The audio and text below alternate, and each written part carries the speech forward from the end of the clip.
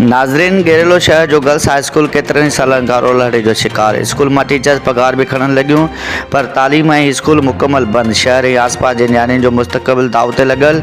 तफ़सील मूजिब गेरेलो शहर जो गर्ल्स हाई स्कूल केतरनि सालनि खां तालीम खाते की बेध्यानी ऐं चूंडियल नुमाइंदनि की लापरवाही सबब तदरीसी अमल खां मरहूम बणियल। स्कूल की इमारत बेमुकम्मल ज़बून हाल थी वई। दरियूं ऐं ॿियो सामान तालीम दुश्मन पटे खणी विया।